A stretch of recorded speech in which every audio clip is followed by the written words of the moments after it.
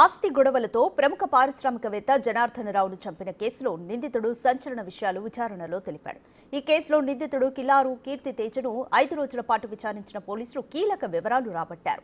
తన తాత అయిన జనార్దన్ రావు తననెప్పుడూ మనవడిగా చూడలేదని, బెగ్గరని అవమానించేవారని చెప్పాడు కీర్తి తేజ్. అనేకసార్లు ఆఫీసుల్లో సైతం ఇదే విధంగా అవమానించేవారని తెలిపాడు. ఆస్తుల్లో వాటా సైతం ఇవ్వలేదని చెప్పాడు. అందుకే తన తాతయ్యను చంపేసినట్లు నిందితుడు కీర్తి తేజ్ విచారణలో తెలిపాడు.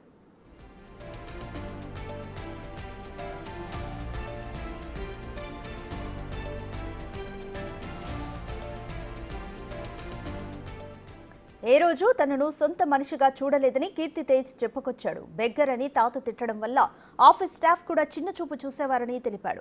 ఆస్తి పంపకాలు, పదవుల కేటాయింపుల్లోనూ తక్కువ చేశారని, చివరకు డైరెక్టర్ పదవి కూడా నాకు ఇవ్వలేదని వెల్లడించారు. అప్పటి నుంచి తమ మధ్య గొడవలు పెరిగాయని, అందుకే చంపేయాలని నిర్ణయించుకొని హతమార్చినట్లుగా తెలిపాడు కీర్తి తేజ్.